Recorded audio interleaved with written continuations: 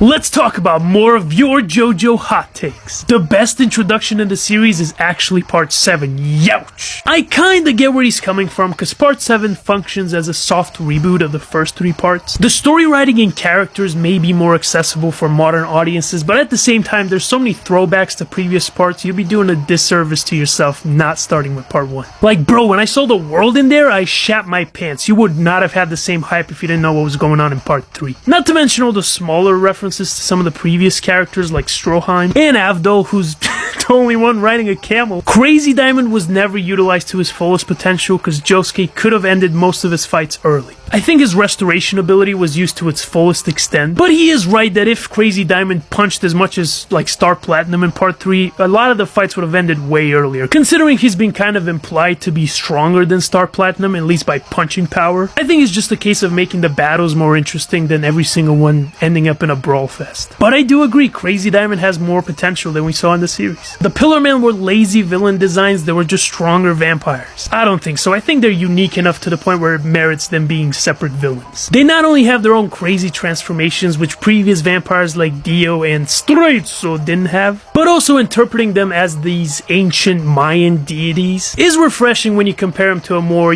Bram Stoker, British-inspired vampire like Dio. Formaggio is in my top 10 favorite character. Not even close. I'm glad he's in your top 10, but he's not even top 3 in like La Squadra, let alone old JoJo characters. Bro really thought he's in Attack on Titan. Wrong show, buddy. And finally, Polnareff should have died instead of Kakyoin. Shoo! That's a spicy meatball. You could argue that it kinda makes sense for him to have died right here, but Polnareff's character since the very start has been motivated by revenge, so if he dies right here, who avenges Avdol? Iggy? I don't think so. He's also dead. Also, on a side note, I always found it interesting how Vanilla Ice technically killed more of the Stardust Crusaders than Dio himself. And as much as I like Kakyoin, Broski just deserved it, okay? He has Emerald Splash as his final move. What do you want me to say? Leave more hot takes in the comments. I'm probably gonna do a part 3.